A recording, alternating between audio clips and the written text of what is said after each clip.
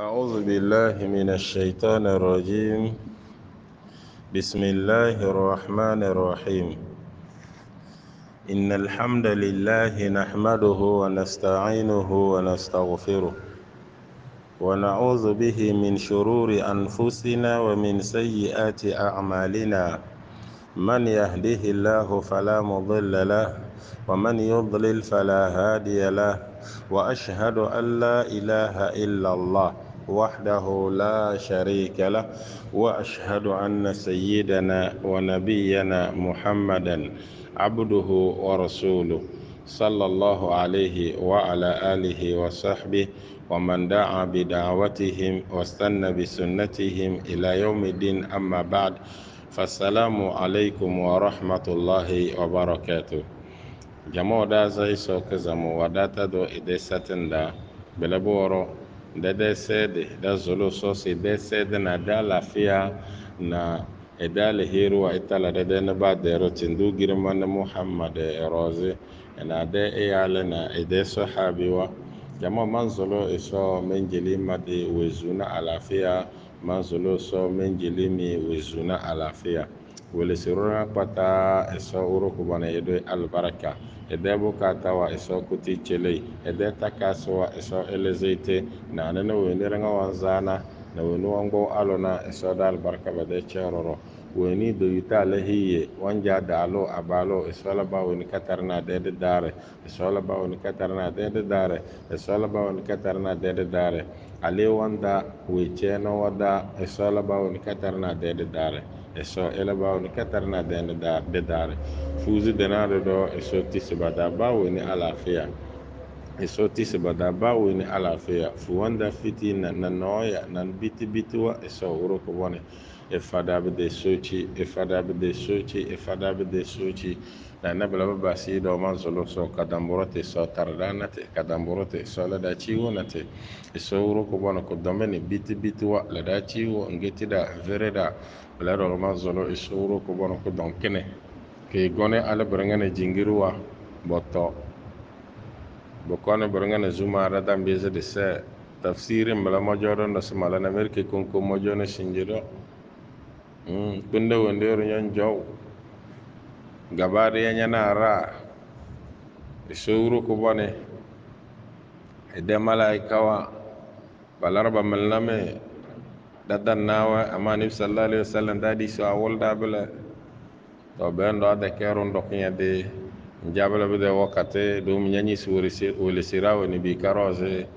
yanna ge sembe sega bodo be gaw balana iso nyoge so nyade nada nyade na ko donken nyade na baranga iso uru ko won tarada na ke nyozo de chore ndarada na bituwa iso uru ko won ndarada na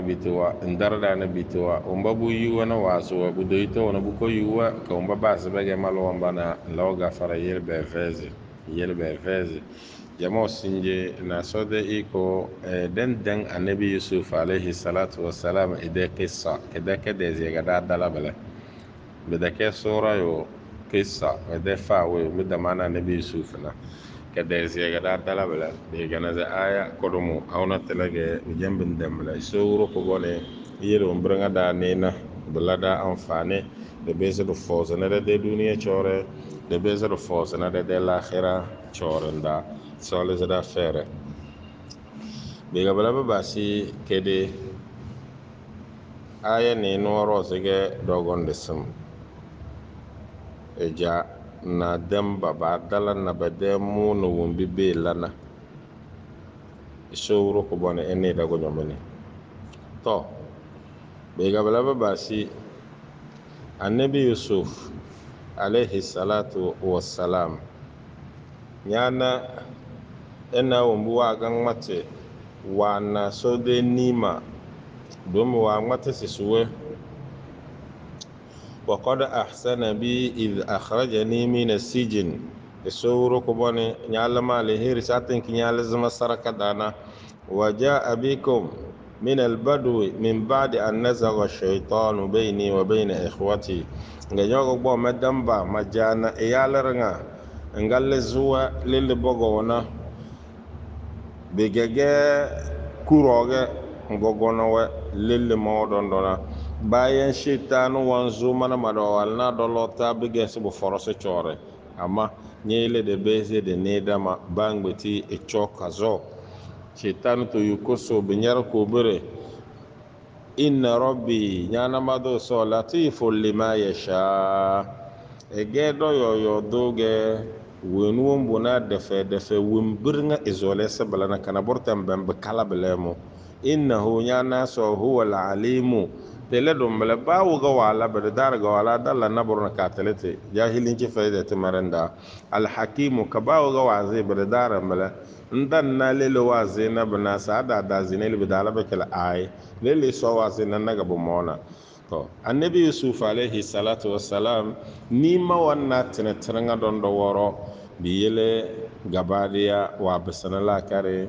wanzulo ishuru kubone beka eran vinana basa tu wenki ga bodo wanna nima so de nima roze won nyozige tozi fuzi di chele so wanzulo soge madana annabi sulaiman alayhi salatu wassalam وبوز إذن بس من يأتيني بعرشها قبل أن يأتوني مسلمين بقى جرنة نانا بطلتنا ونوان بزكوبو كزل معلومو دكورو قدو كتلتنجي تلنك كبال بدا تلتا بانا بلكيسنا دنبا نتينوا دايسس مومن بزي قبل أن تقوم من مقامك دومي وانا وقتين كاو غني إيشو أبي دلا داو إكوروسو fezere desa na na bakabe sena na na ngurna mamang bo mogona du bada be beni o meleo na mo kenge che ni sai mamang ngona ke qabla ay yartadda ilayka tarfuk sin jibrona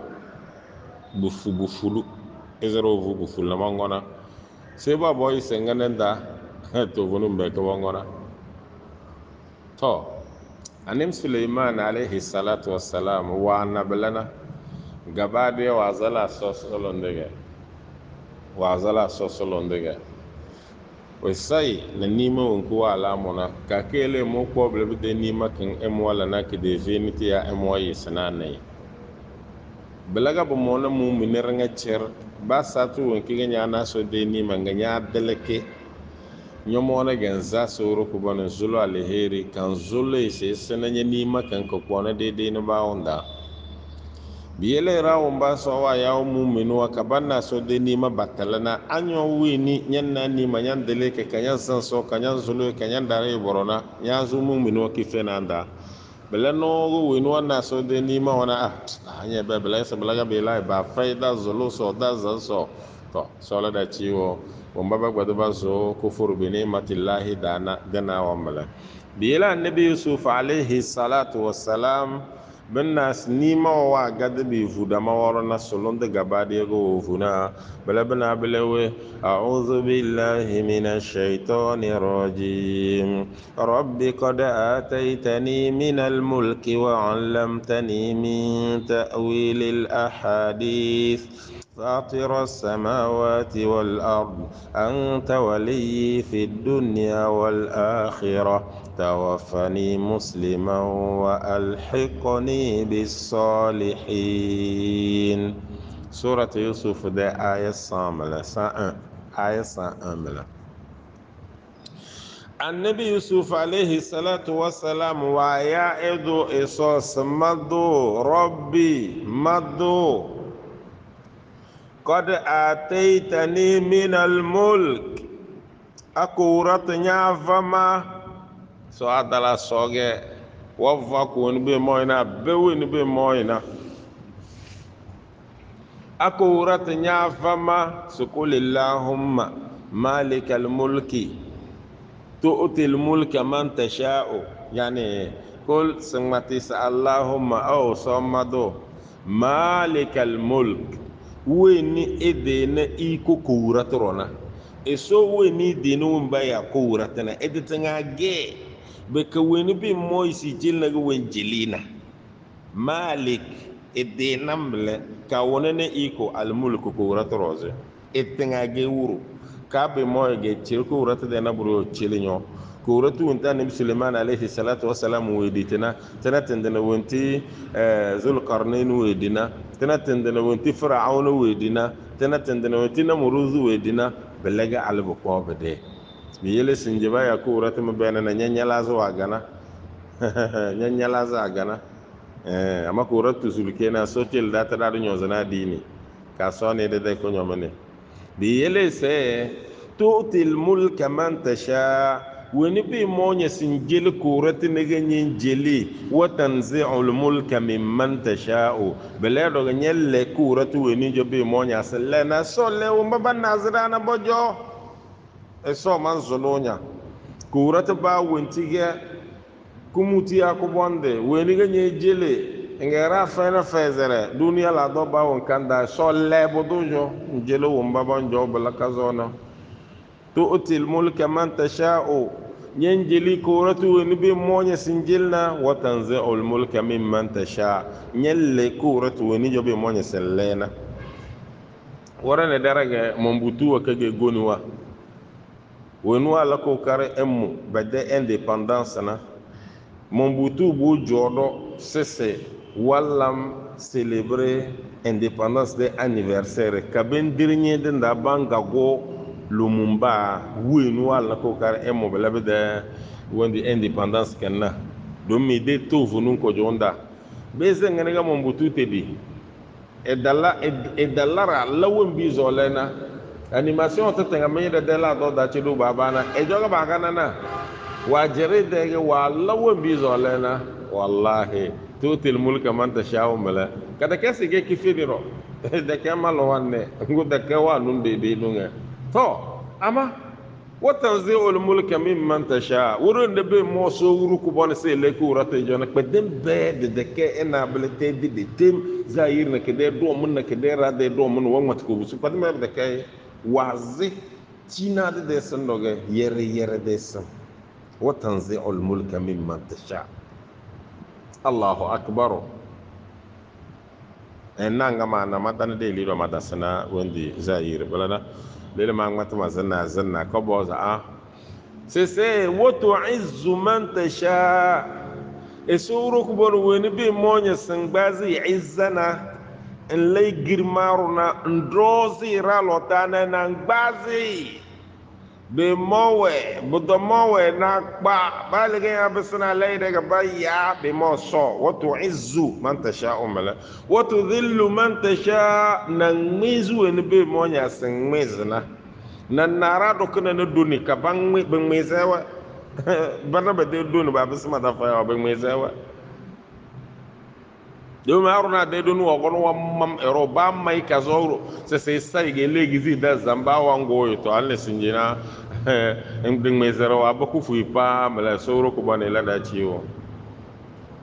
wa tuzillu man tasha ngesi bi adika al khairu nyano zan daga alheruwa innaka ala kulli shay'in qadir esoro ko bone nyana bala i ko do bi cele bang bitina burfay nyawe bana jamoda namle annabi yusuf alayhi salatu wassalam esoro ko bon we jeli ko rate ingede tinga wala siriya ko rate tem do ma be ge mu doze kazo de gezi ko rate tente de ton wo bo albu kono bitala annabi yusuf alayhi salatu wassalam wuro tetinga fuzi di chilei ngane se beze la na blaka zote de dana e somla be kada a'azzahu e suru kubon wa gbazi de girma ala brenga na wuro baranga babasana ba di yuma be chilei na na balaba basi e so we jele kurate wuro wanna ina de kuro vulo ama wenu wa ngmata bla awa ngmata wurti tinga wan fuzi de funa ena bla annabi yusuf alayhi salatu wassalam bi yele wa ngmata se rabbi somado qad ataitani min al mulk baka wadu min kiblana domi kurati ba wenu ga yana be jil kurati duniyan da ba ngani ga tilla duni ba ngani ga tinya sawo ba ngani ga tileri kuratu yoga be jele suka yoga ba jiri be chele borosa ga wadu min litab'id min al mulk don bedeke ko ratar nga kpata nga boyo zibe chele ay naru fay wo yu ko ratar nga kpata beranga na nabi Sulaiman alayhi salatu wassalam ede ko ratiti de tise ede ko ratitin tada jinnu watata nga fuze ti chele awa zole ajinnuwa be mo anabi Suleiman te labe dala na iyele ba kpata boto saraka abe igba wenki ke la kide vente ya ko na bakokana na iyele bakoke belega anabi Suleiman alayhi salatu wassalam o jona ede ko rotu wala seneni tele duni ama belebar nga kpata ko rotu yoga bege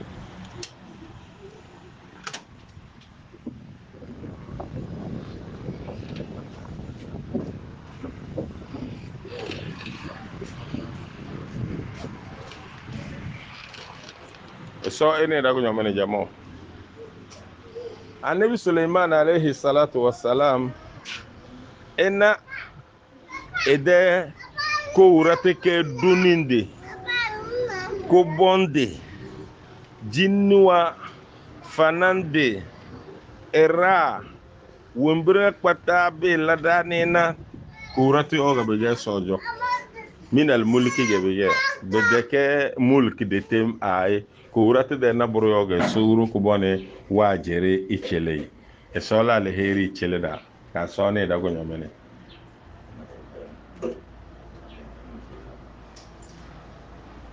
jama sone da go nyamene bi yela rabbi qad ataitani min al mulk si sowro ko bone nyavama min al mulkina maze moma yan kuratu yoyo amma nabi yusuf alayhi salatu wassalam elawan matasatu wankina bedakela wa yaskuratu yo elen meza ay elawa du min inamo litab'id e wole se kuratu de wumbitinga so wa jiri chele naga walla nufi nanaga balaboro wa allamtani min ta'wil al ahadith inge sowro ko bone belabe basido nya wolma nya vama tele wonki kana bele dozire de tele fasede ruto dozi malle zeyi de kutulu jamo amodoze anabi yusuf alayhi salatu wassalam e wasaraka dana chenu dozi cheni dozi boboze wa lezo de kutulu wombana wasarakan dana bedage weni dozire dange anabi yusuf alayhi salatu wassalam wa lezibi de kutulu bo wole sese wale sarakada ebisi ibo wango dozi ide wuro solomna bedage elewa delesi dozire de farande tele do sarakada ala bo kon satu nku wuro dozi eya ede alfawa wanja de sabalizi dozire de kutulu belebe yelem balabranga ba wina wo dozi iferu wuro sa beteremu ruwa amu bo bani dozire de kutulu bekabede ke wallan sika ejenye sa awo bole jo tofonum wanne dozire de kutulu ejenye bela biyele annabi yusuf alayhi salatu wassalam menna se den materanda wa matige tambata obda diziro obda dom tofunum belage so wa vai belage so wa vai wa allamtani min ta'wil al ahadith jamo sinjena erada bata abdu dozi bejambu jo era na za alfara ka kpata mbezili zidozire de kutulu ayo da ke ba we ni nyene dozire de tele yani a be da ke ba we ni wanda ne ko wala zidozire bela na nyo boza alfa sunyo dozi ge veri asma sema vena dozire de tele beka kpene nyajo amasai o veri to vonum dum na bember wala ko karge sade belenya bu bote yo ne be na sigal fana be zeze be de na mumbu ka be mo de kebele mbunja na turum bele de salo angmata na mana bele e so wuro ko bon wa fana bara be de tele bo e so vale na nege adini de tele wana erwan ni aya wana hadisi wa bela bulini ale ben bezu duzire da wan dele wan dare ala meruwa e bezu wa lezi duzire de kutulu beka anne muhammad sallallahu alaihi wasallam do jona wan ni duzire de kutulu alwan leze e de sahabu wa bida sana kurma yanna boze de sahabu wa da na orto duzina toro na lezebu do abela ganaro do su duze lezebu de kutulu belero ga de sahabu wa da bo wa anna sayyidina bakar radiyallahu anhu so wa vai abege na duziro gone ege woni wana eza musa belabe dana so wuro ko bana ene de kunyamani belage alfa wa be ge de do na na alfa ba ya ibn sirin na sinjenda ele e wana tara wa ngake bege wa wole na duzire de anyo duzin na do butulu su do anya na do belage belabe de ko kardana nda alfa win ba ya ibn sirin na wonna mo belana dozire dan matina kege na boruge adini nye korose amade tele su dozire tarayo dozire tara ka weni ke tele do dozire da la meridana elan dele wan dare na modona anne muhammad sallallahu alaihi wasallam odora sese abege erunyo dozi wombi bu monya na eshawa wallanya ina goron dele zaso zole bidale heri anyo dozu mbe gusela karna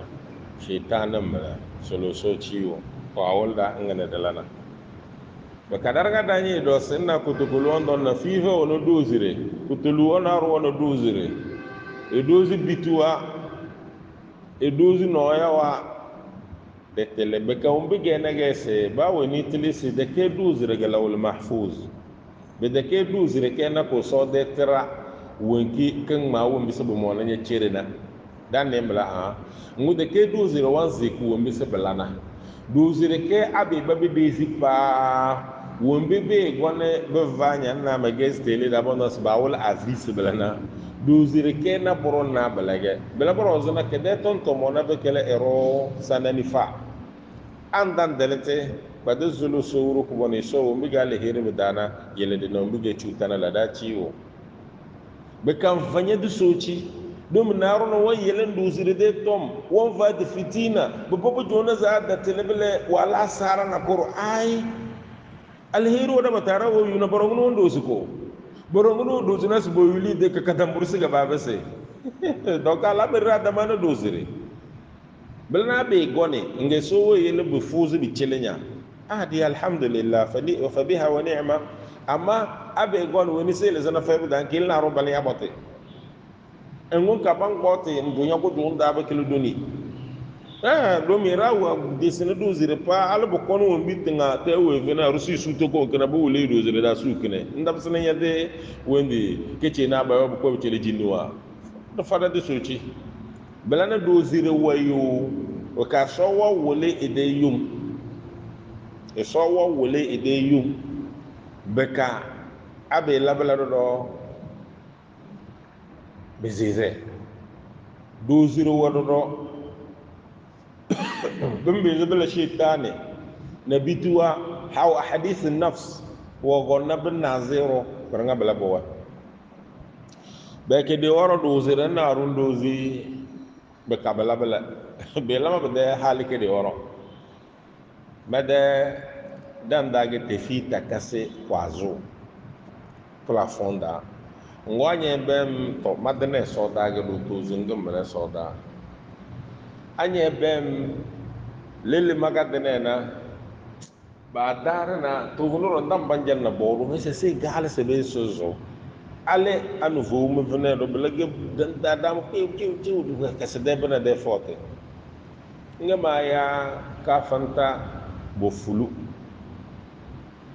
bo vuluna segel do mene do to abele ase de meze fa de ne na ne na bela bofu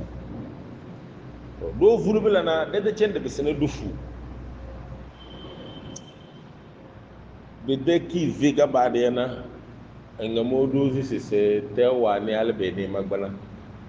a domi na mengeze na de ke ba sa ke dozir de to nyanguru yele kirkir ne ni a no e fay aso edisi ki va la robana teo kadan ke ne lume ke de worona asoba daga ke gone bawo ni fene mangoro jamo tewu ke ni won bi no dozir da mana na mala kenne berna konna na bata alhamdulillah da kala asarolam to le no tewu vido nyoze bangbeti daga le sekona hey de langen wana sede yele wose emma plafond rose bo wole na bada na musoda na batar baka cham batar bu jolle mala to bi yele tewu vena de di suru wosta chambele ki vena nga woso wale nyane ki veka woso wale na wallahi nga mo dodo zido se te wa ne dodo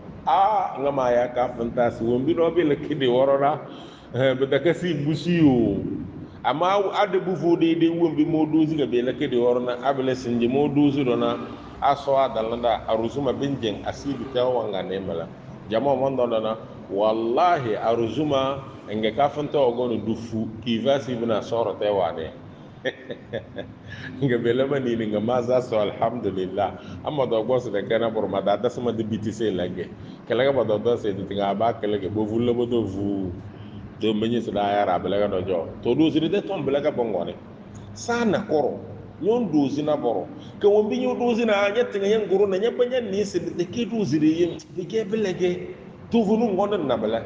be de ke dozire weyele na bele ama dozire ke won bibe bana ba basinya be gegere nganage dan ne bada mala de ke dozire amana eso avon makele do ho abe la ganyo so ale ka tare ja bezin ne bada abe mo bikiti to sana ko yan la ko kare sinye giti no mi nyo dozine na de kabla no wasbala mi yana na sinye giti na ga ya dole ba ko bon do wasbala jana eso nyina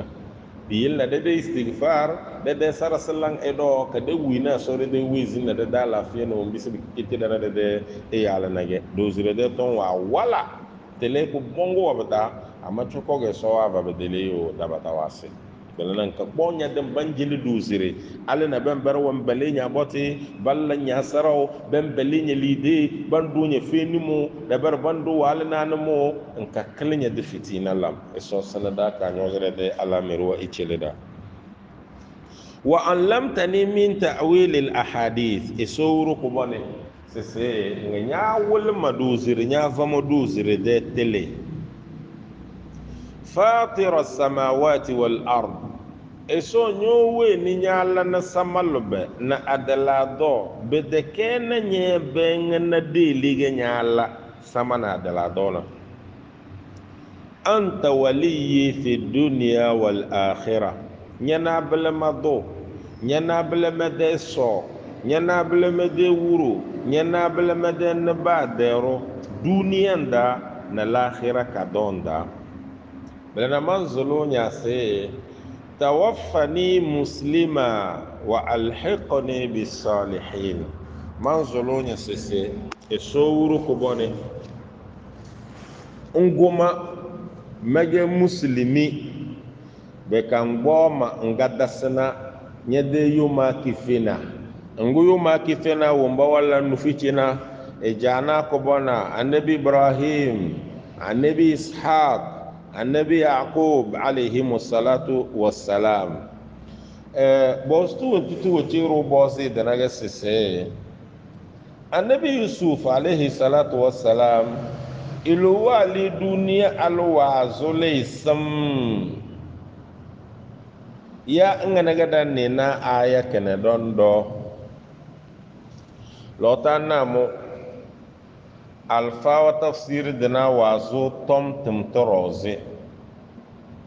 biyela nya ben wen ba ya qatada na wa virin da lam yatamanna al maut ahad esowuro ko bone enne da go nyamene esola le heri ichilla ka fada ko junini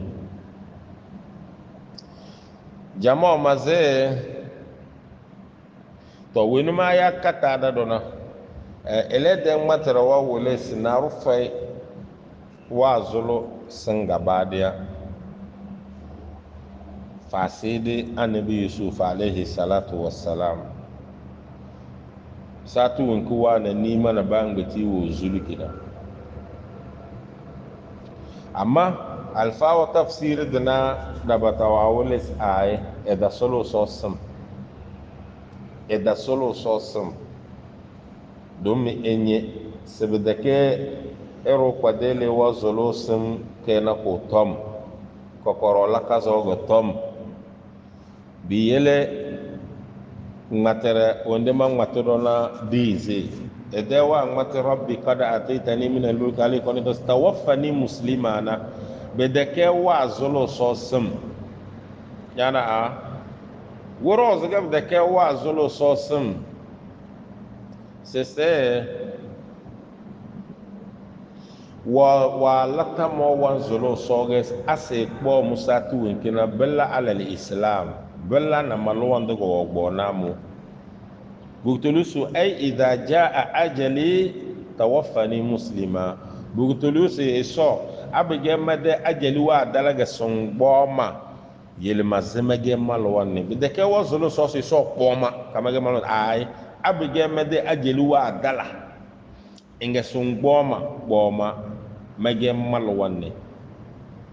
balage jumhurul ulama min al mufassirin wa angwata bawale esone dagu nyamene beka so fada ku junini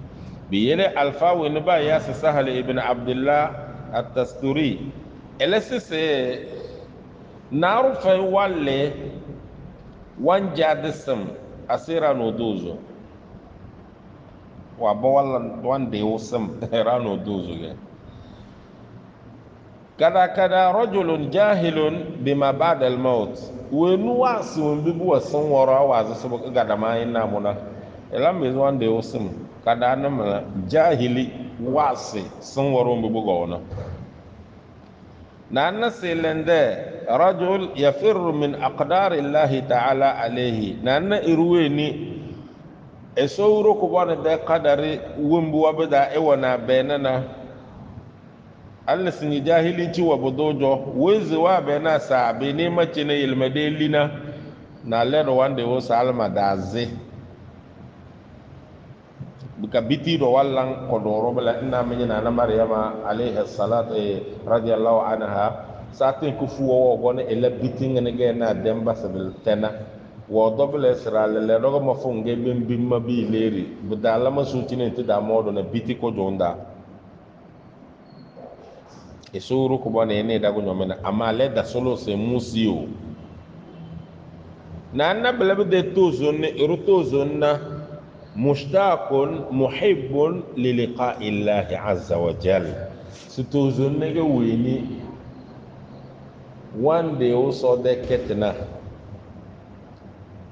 ezole isopa weyele ezole ibu komona du suru ko bone bembe zubo de do nyanna wande osum esoro ko bane la leheri icheleda jamo ko kawmbiro binde zisa annabi yusuf alayhi salatu wassalam edda solo singa badiyana annabi muhammad sallallahu alayhi wasallam de hadisi wo gogone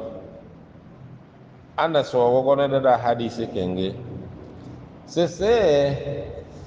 لا يتمنين أحدكم الموت لضر نزل به فإن كان لا بد متمنيا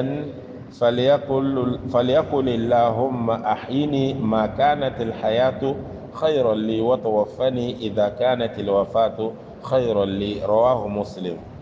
إمام مسلم ده تران داغا بيغوغوني أن محمد صلى الله عليه وسلم سمدا نار إكالي وزلو سمسي سوكوي مدانارو إكالي والان تموس مدو يمزي مدانارو كديوسم ورا دومي كتونا كورغا يلنا دومي بيتنا كورغا كمرغا هي نويا نا كورغا كروز مدازدونا مفازي ساي بدا زمبا فازي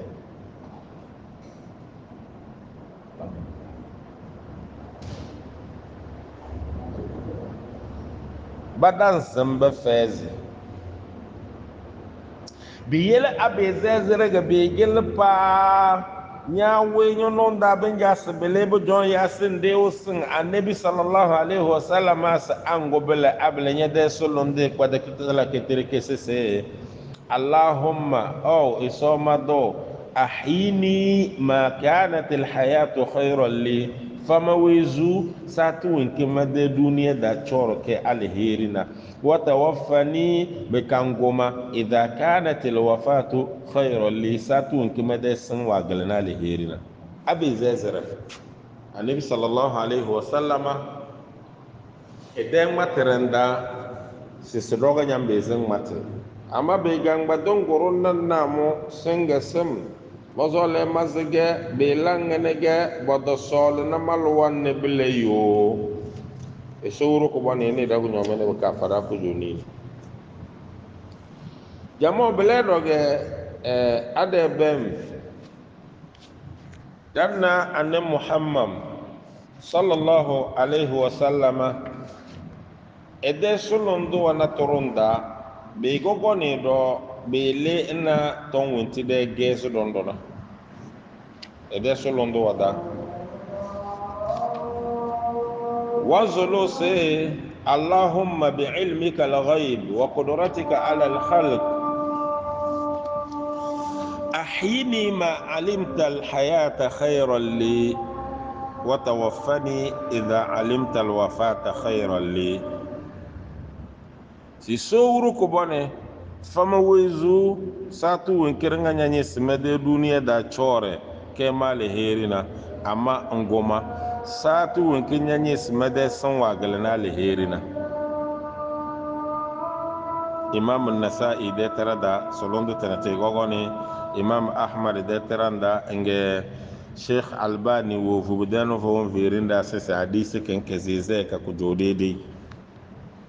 to biyele na malwanne bedeke imani ga nyale eso kuma ay be ka don gonde kanne na wonti da matodona malanta mosese womba bango badwa bozu suba de nebe bando bade fadenwa bango badana dan ne be ambulance balba yisin bawo be ka so de ba na balboro anne muhammad sallallahu alaihi wasallam de hadisi wa walda sese balabde era bemna alkiyama kadoda jahannama da ballan wa azaba na wombi ba gona badana ka woni mini da ka ba ma wallan da azaba balana wombi wa ga gona dana be venetinga balana malwa na ba ngana ga be zezere nko konya la karangado sisi nyonyo zo lenze aw bato sinyo bongonya de aw nyanzolo so se konya asan mati ga babu kwasinyang mati abele wombi anne muhammad sallallahu alaihi wasallam wa ngmati dona no ya fayo nka fala namo balema annabi sallallahu alaihi wasallama ede hadisi wonkeke da magala solondu wonti dona anya be hisinil muslim da bo wannamo biyele na wenu wala mulazama edodo wandara gale bala de solondu da abala de solondu wonjo ede solondu da ambala amma babige imani de solondu de doge e sowro ko bane e fada imani be ka sowro ko bane fada ku junini biyele se tawaffani muslima eso ngoma mege muslimi asatin kemede ajeliwa dala songbomana eso da nebu waranga cir bege muslimi wage annabi woni ga yahudu na fai annabi woni ga nasrani na fai annabi woni ga adini na korna fai annabi waranga cirke muslimi wage biyele nyanna anne muhammad sallallahu alaihi wasallama ele enabla adini kene wa gonaga ba yana da muslimu wa faizan wa ana awwalul muslimin ele gege mal wa bade kadane anya bisa nabi sallallahu salatu wassalam ede tonda alquran da anya bisa ne musa annabi wa bedena nyommo na bada ba weni wa ngate ege muslimi ege islam de ero be ka so de aya don ko ngate inna dina inda allahil islam sa adini boto sa adini sojo kallan tamare wala shadu la ilaha illallah اللهم رب هذه الدعوة التامة جماعة نعمة الديني بقى ديني بلت مرة صورك بنيمو أسي إسلام أسلوب الحصر إن الدين عند الله الإسلام الديني صوجبا يا الديني كلا تمرنا إسلام إذن النبي آدم عليه الصلاة والسلام كان مسلما شيث كان مسلما إدريس كان مسلما نوح كان مسلما وبقية الأنبياء والرسل كانوا مسلمين الصودا النبي ورنا تشر مسلم وجه بدعمل أن النبي يوسف عليه الصلاة والسلام وممن وازلنا وتوفني مسلما بكاده ومبو وازلنا abuge mogo doze sode aya bezize no sode aya da suge sode aya da sode aya da sese ya ayyuhal ladzina amanu taqullaha haqqa tuqati wala tamutunna illa wa antum muslimun yana sese ya ayyuhal ladzina amanu taqullaha me mu'minwa eni sode ne dare haqqa tuqati dene dare ne tetanga wala tamutunna sun ekomona illa wa antum muslimun fa sede islam ge mudokna mige muslimu wa naniga san wogone wombi esode matara wogo gone nambele alquran da an sinye nyanna sese annabi yusuf alayhi salatu wassalam belabeden bawda nogo wazulu na sodo sese tawaffani musliman asungoma ngoma mege muslimi wa alhiqni bisalihin na nabala babasina ngbo mangoyo zina nyede yoma kifena beka yoma kifena wala nufina ay aba'uhu as-salasa ejana umar bandena annabi ibrahim annabi ishaq annabi yaqub alayhimu salatu wassalam ezole ekadasana we alheri de tasana esowro ko bone iyo zedana baranga kpata arjannanda ka sole zeda duniya fere e sole zeda l'akhirah fere esowro ko bone sese zalika min amba'il ghaibi nuhiha ilayka annabi yusuf alayhi salatu wassalam de kisawe de enge sose suwenti muwa ngwateranga dona zalika labaru kenkeranga kpata min amba'il ghaib labaru wamble naba de jamuga anba labaru wamble wenti nya fonzete al ghaibina tovo musenya ge wama kunta ladayhim idh ajma'u amrahum zamanu winki annabi yusuf alayhi salatu wassalam edawalna baadano wonti subo bangwate baja annabi yaqub alayhi salatu wassalam na yaga vaina nyo muhammad sallallahu alayhi wasallam nya vaina baadano sodo koina nya vaina baadano naro jolo sai dubuno do lokodana nya vaina branga belana nya vaina satin ke bandan no wohum yamkurun ka ke de vinti ga bang beru am bisa balana branga belanya vaina amma be sinye nyanan de do minya do isowa de na firi nyado isowa de na ifirinya bogon bo bozinya be damana nabi yusuf de tom alayhi salatu wassalam na be gewo be benes be karanya labiti nage labaro kondo me jele ke karanga jelewe kanyega vaina ballana amanya dele veruwa بلنا تليس وما أكثر الناس ولو حرصت بمؤمنين وما بقول ببازي بلنا لا ربوا بيغفير وغسي بازي nyabe na sabe ge be gonen na do bal zba ngbitir kwata batem bannan na ne bi Yusuf da fa wo gon wombina babu jong ne ben de zibel be gizi de zire biyele sawru ko bon wa vezi wombire wo verin so wama aktharu nasi be nyana rada batanya be na blana بدك مؤمن ولو حرصت yana ma duland to me gena de nebda ba nyawna tamo baba balasis baranga be dizi baranga ba mu islam baranga ba la malwande baranga ba la tuba walaw harasta dambala sinyane nyede ko karkane na nyande o na nyabba nyawna tamo e suru ko bone so wama aksaru nasi bi mu'minin bal be dizi nyabba na bedda batabala be dizi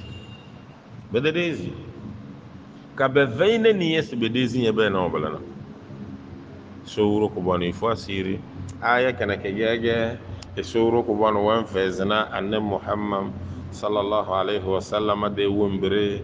do mi ka ko se la kare basa tu ko wayelen erade be gizi fulena na wombanna bo gombo boso do aba chamba ni bo fuya ka bo do funa e ka ko se la kare na bla branga pata na bortale so de tele woro e nye branga chere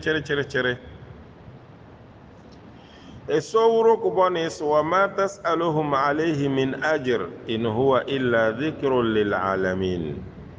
sise ngobu de ke nyom bozu ese beferenya nyogon nya wole wo siriyana nyogon nya zizuwe nyogon nya ngwole wo dedi de ne bawo sise be de ke nyom bozu ferete na boto se ferete wa garna na buru feina roze inge benzewa au badan jabofu ai ndo bozu ferete ngobu do monan bozu ferete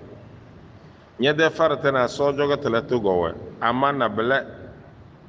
badan jabo funya in huwa illa dhikrun lil alamin sal qur'ana kenana ke ge to zara ge sowo gogona yo bichele halitar nga kwata bichele dar nga kwata era ne jinnu war nga cer dar nga cer do vozana al qur'ana kem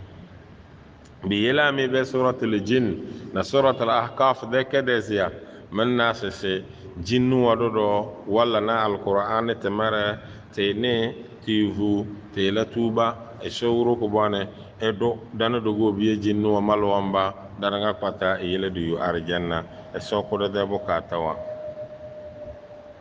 bi yele abege sese ero nyona tamo adini denge basi njena dam matodona da daranga malwamba na so de kizi raranga cerdo be no dona baranga bazo malwande baranga bodo ka dini belaga do zole amma ratu vu belaga so won verin anni muhammad sallallahu alaihi wasallam ce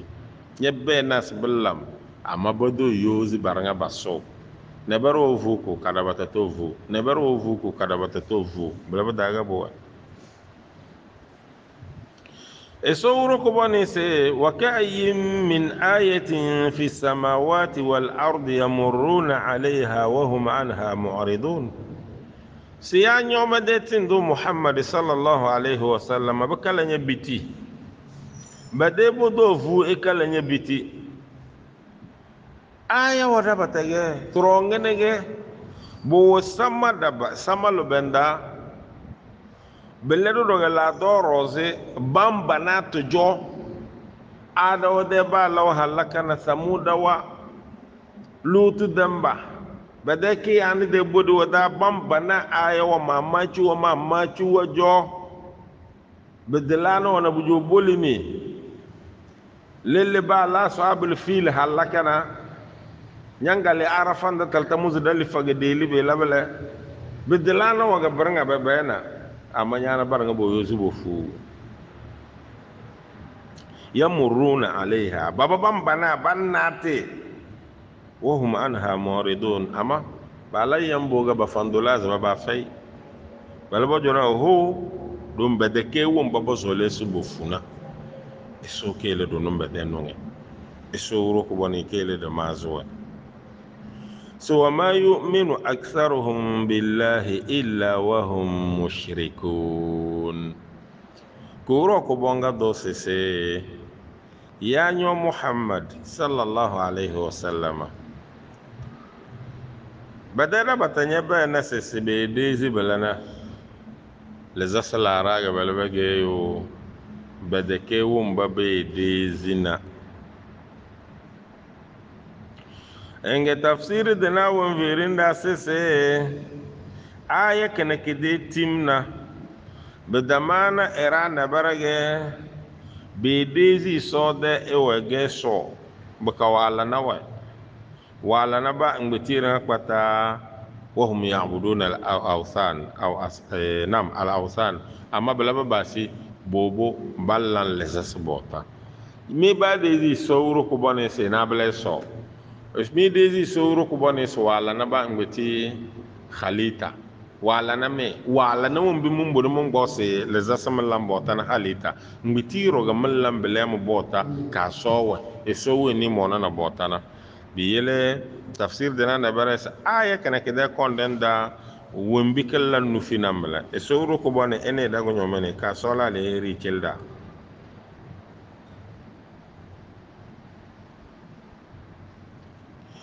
sese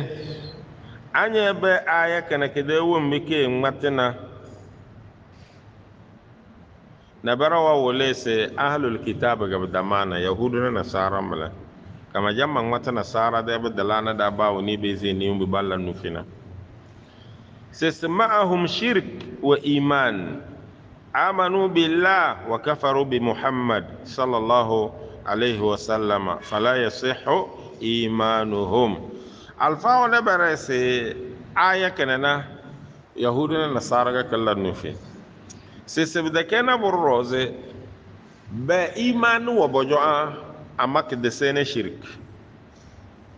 biyele bazinga se soke irki a amma bojole ane muhammad sallallahu alaihi wasallam biyele bade imanu yoze kala fala dabanna belado anya ogbonzo mbem bade eso desire bazinga se soke koduna se so roku bone ege no dozuge kodon bimana kodonge na budozo eso roku bone ne da gonyo mane kala le heri cheleda se sowuro ko bone ege kodon a na budozo o mi choche dana do kana namala bela ba dan matara wole sonyo zere da la merwa ngo sowuro ko bone brabla so an mate so wala takulu salasa intahu khairan lakum yele bela ba dan matara bela minge na ko alheri bi cheleme yele matara se sowuro ko bone ege irike katarana buduzo esowuru ko bane ege kodonge inma huwa ilahun wahid esowuru ko bane ne dago nyomane be ka fada ko jonini biyele na barado do sengese choche dana ga bangmate anyo gbo sembem belega alfao de tafsiri wo gogo no damana aya kanado wa ma yu'minu aktharuhum billahi illa wa hum mushrikun biyele jamo derke maloma na bara singes munafiki wadoge baja malomba lotas bembege na malomba bembege mu'minwa anya be na otofunum nya be na wasera de dimba anya be na otofunu nya be na sera womba be de ala merse zena amma batinga banyis be de wombenda be de zeso badan ja adini batamandaga be de imane amado musalandana be fene imane bedana nya badebele munafiki wambele biyel na do jodo blana e sonya na dada kifina yo e sonya na dada wumba be jete bo zobale adini de farandana e sonya na dada wumba sezena ko wumba wazna na ko sowuro ko bone wumba wangmato ko iyyaka na'budu wa iyyaka nasta'in ka bazinga na ke wumba ga bla dera sowur kenya na odada domi dada wumba sinje waya da malwanne ena zamana kana danne tekenta dana era allah abalado bi de fiti eba korodo ekpon ba obo so church da ngbala sumo bo fada se kazol ma so sumo bo pretre se sol ma so nyonyo do kana so Allahu alwahidu alqahhar izuluke alquran nga nyojo malwande nga nyojo bododonyo weni lo wandari so churu tosena elejo gonyo sumbo na yabukata se ndi chini ya de ndi kpena nya de na belabide ero no ya de malwanne إصاص إنما المؤمنون الذين يؤمنون بالله ورسوله ثم لم يرتابوا وما بيجي مؤمن وانا جوهم با بديزي سو دتندو أما بدي إيمان وربا دلسيكا ساتين كنيه يلي ومبو نيجو القرآن ملا نيل الإسلام نيل ملوامبا الفا وانا الماجر ورنغا ندرنا رسولون دي مبو اندي ويني سي سو وانا بو weni zinga si so wa loro weni wa dara so de tare beina no dozo super fils et saint esprit nye dele joblana nya jeng ingizi de njeng ummu wombe be malana nye gizi tauhidi njem mushirki bellezi belabde urmal wandaga be vay kazo ama sinye be dona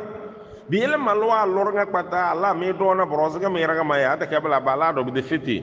malwa nirnga kwata wo bo fada jo bo pastor jo bo su cho da o jodan ga o telephone wa ese solo sona e base tuba la yo e base e de tuba inyoze ka da kabla de malwa ndo avun gbemti ele ngoti de yere ga dandar landa de malwa no e vele sali di bona chini na mbu denge zrona kadamba mala selemba na ngone na romal wanne wumbringa na dang matana la rida malero na badal la se tubu dina jogo wazo se bolo lido doza asiba be no zanda asiba langene na oba langene wa jamo de la kare de bisana ankeli idu bisana ankeli yo du nyozre da la merwo na ngone na ba do rasulon dem lesto ebo ko iveri masatin kiga ba lore suga do horoscope ke sembenge te tiranga tige shirki den banenge be de ke de den bawo malwamba yelde bisana la kare du nyozo nunga de tele de bode bi yelo wa ma yu'minu aktharuhum billahi illa wa hum mushrikuna kanana kege ayo wonki woni ge tauhid dona woni ge mu'minina awane ke mona nye e mona belay na dara e bozi de se he ma vai beda wonti bang matodo na tatama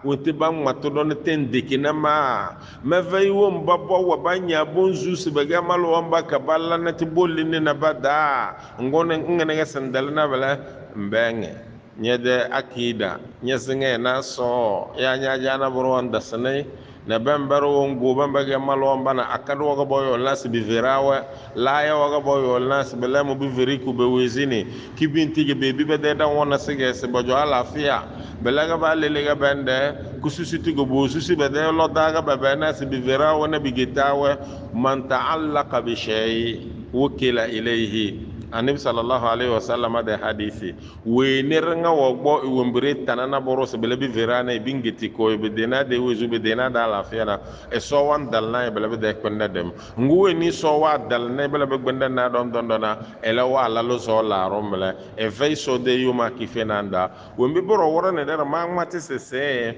malwamba wan zindum bona dem bimna e so nyina womba ga malwamba bada daba tegedem bim do zogo du suwa kasanga o de sena o so amado bono odi binna mona bege mushriku na waga so nyewe ngo so wuro ko bonna le de telege lalla na temare do mi e de tele sezena ke da yese yamo da ne mala brozo we ndire nga nyonye yilenda ya nyede jaba nyede fulo nyede kalamu awum binyalla nage da do to sege malo wana na da do ndom ama so toto nyala yem bawo ni bisana la kare bawo ni nyozo nonge bawo ni laze de halanda domi bolan da chonoya abige sinji erade bene dama ngodongo damaza bolanda nya zona muna azaba fezer na artan na ama imma veze imma benenyage ngona arfezo le bene abledi diele yare broze so de matres dabata nyebe na wesbe de zina mushrikuna wa wallahi denene dare den ne tombuce ni den dare don me erode choranda ngateranda wan bizele shirke le malwandanda edet malanda wan bizele shirke le malwandanda edet solondanda wan bizele shirke le malwandanda won be belizir malwandanda na be do de ne so de ne dare de bisana la kare de ne wazuwa de ne tafsiruwa ka de lazana de chore yo malanta moses kenje ga so e disidansam abige chere so wa gusada alafia na de tube zanda dina wombiri do suratu yusuf de kedezia wogogona dana abe moso chere de te abe moso butube zanda so fada wizu so fada alafia coronavirus dan ne ke dani so kele de nake lelle tenga kan dalana e so ko wane leze kenna mo malon bar nga kwata baz na kana e so ile be veze womba bu yuwo sinje na so ko bane wazo womba bu do yuta wana so kele bu yuwa dar nga so kele bu yuda e so de jingiri woto to lo date e so da wizuma o se de fadana ba o de se